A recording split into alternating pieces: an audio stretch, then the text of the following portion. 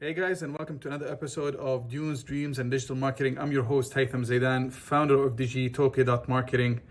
And this is the first episode of 2022, so that would make it season 2, episode 1. I took a break from making podcasts because I felt like I wasn't really ready enough for this, and I wanted to have a more structured approach so that I can deliver more value to the business owners that are listening and the decision makers of small and medium businesses. I didn't want to just, shoot my mouth off with useless information just for the sake of filling up 20 minutes or 30 minutes of podcasts. So now I have a more structured approach with different segments that hopefully will cater to the different situations that you might find yourself in as a business owner or a decision maker. I know I probably won't be able to cover everything from the get-go, but I'm trying to make sure that every episode has something for someone. With that being said, let's start. So first segment of today's podcast is Q&A of the day, and today's question is from Eric. Eric and his wife are running an HR consultancy business, and they have been doing business mainly through their network of contacts and friends.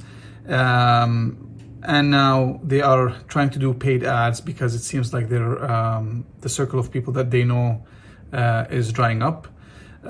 So what can they do to fix their ads? So Eric, my first question before I address the ads is why can't you grow why can't you grow your network of friends and contacts? What did you do in the past to create that network of friends and contact, and why can't you do more of that?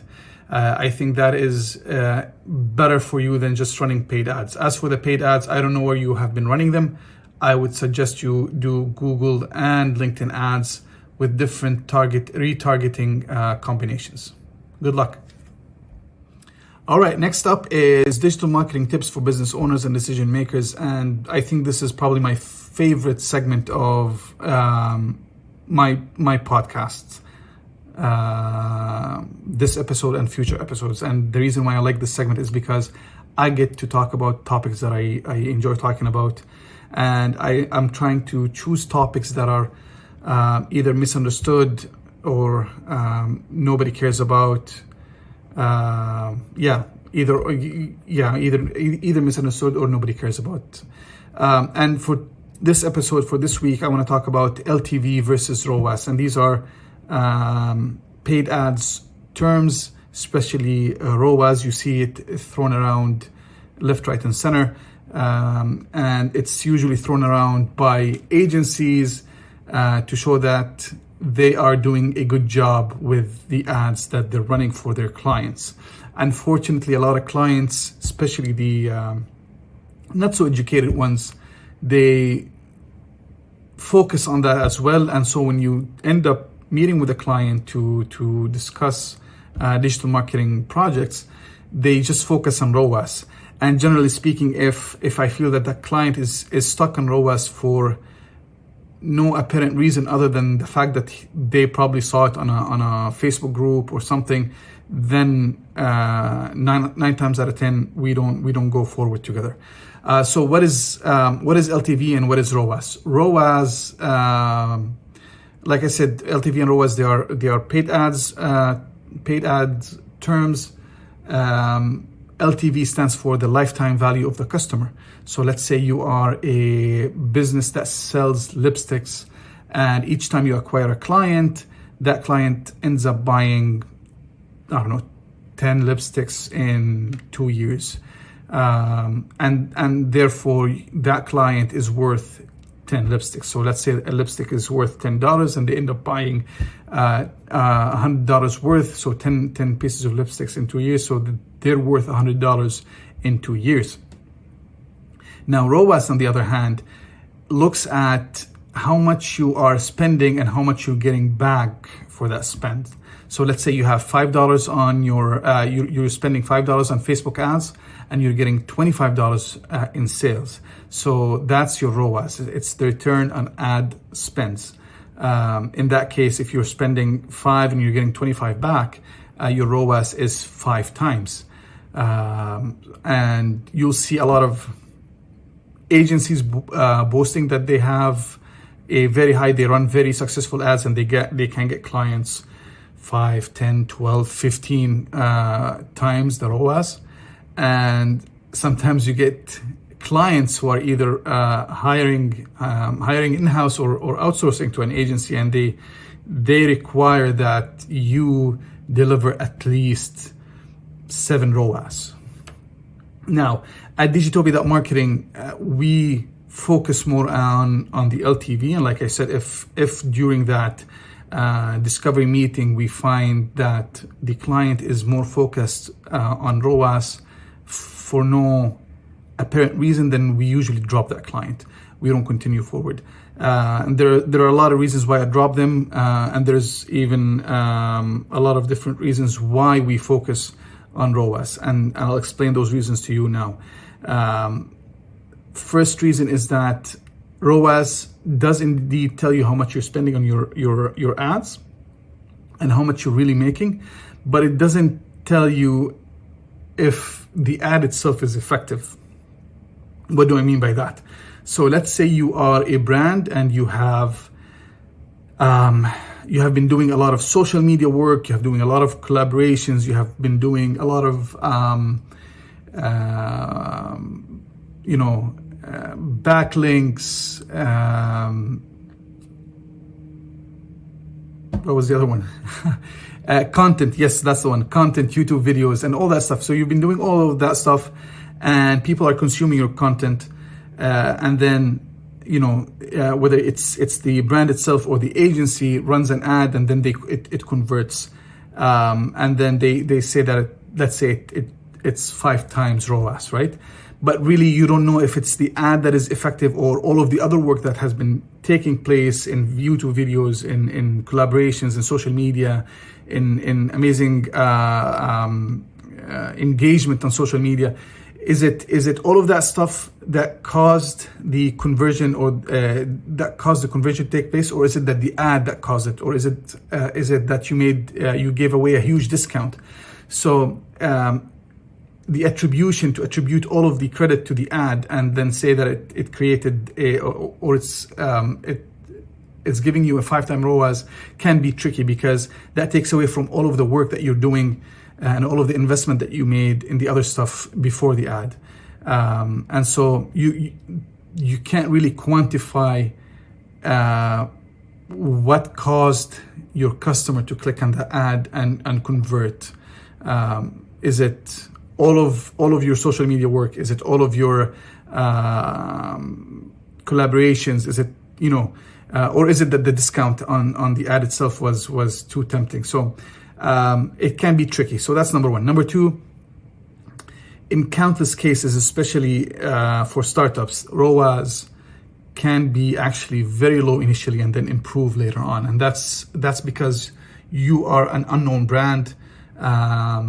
You don't have the reputation. You still need to build that. You don't have enough credibility.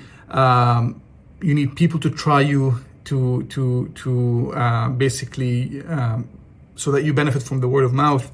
So all of that takes a while to build up. And then once you build that up, things get better. And it's kind of like the previous point. There's a lot of work that takes place before a user converts. So that's why it can be tricky to focus on ROAS. It can be very low initially, and that doesn't mean that you are doing a bad job as a business owner or as an agency. And then the third one, which is my personal favorite, is because in the long run, thinking long run is almost always far more profitable than thinking short term. And I'll give you a great example, because I had this discussion with a private school owner here in the Middle East. So let's say you are running ads for a boarding school or a private school, and the school is from grade 1 to grade 12. Each year, on average, it costs $10,000. So by the time a kid goes through all 12 grades, the parents would have spent $120,000. Now, what would be a good ROAS?